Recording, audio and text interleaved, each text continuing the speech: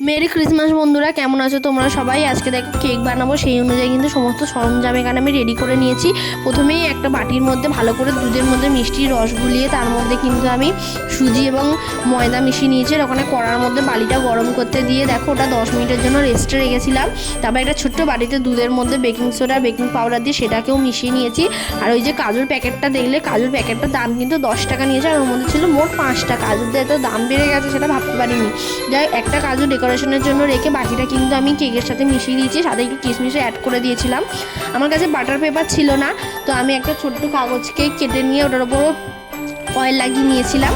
তো দেখো কেকটা কিন্তু আমার কমপ্লিট হয়ে গেছে। পুরো 1.5 ঘন্টা পর কেকটা আমার কমপ্লিট হয়েছে। দেখে বুঝতেই পারছো কেকটা কতটা সুন্দর হয়েছে। একটু মিষ্টি কম হয়েছিল, পরের বার চেষ্টা করো মিষ্টিটা আর একটু বেশি দেওয়ার।